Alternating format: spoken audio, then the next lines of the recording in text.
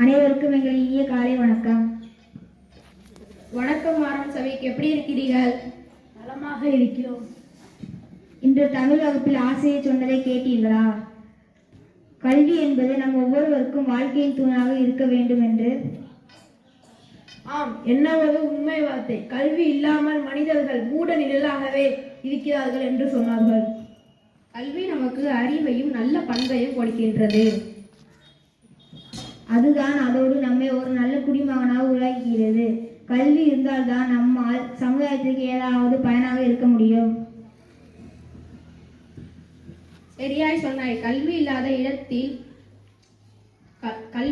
இடத்தில் பசி இருட்டும் மட்டும்தான். மேலும் கல்வி மூலம் நாம் கனவுகளை உண்மையாக்க முடியும். டாக்டர், இன்ஜினியர், ஆசிரியர் எல்லாமே கல்வி மூலம்தான் ஆக முடியும். இன்றைய மாணவர்கள் கல்வியின் முக்கியத்துவத்தை புரிந்து கொண்டு அதற்கேற்ப பாடுபட வேண்டும். சரி, நாம் ஒவ்வொரு நாளும் படிப்பதற்கான திட்டத்தை போடலாம்.